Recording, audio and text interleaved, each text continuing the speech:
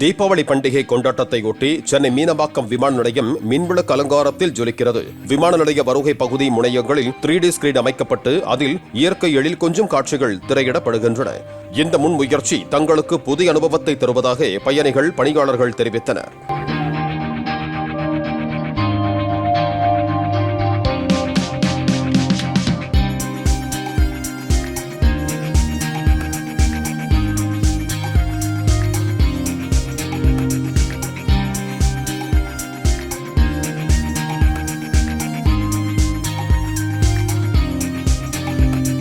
Play store மற்றும் app ஸ்டோரில் இருந்து பாலிமர் செயலியை QR கோடு மூலம் பதிவிறக்கம் செய்யுங்கள்.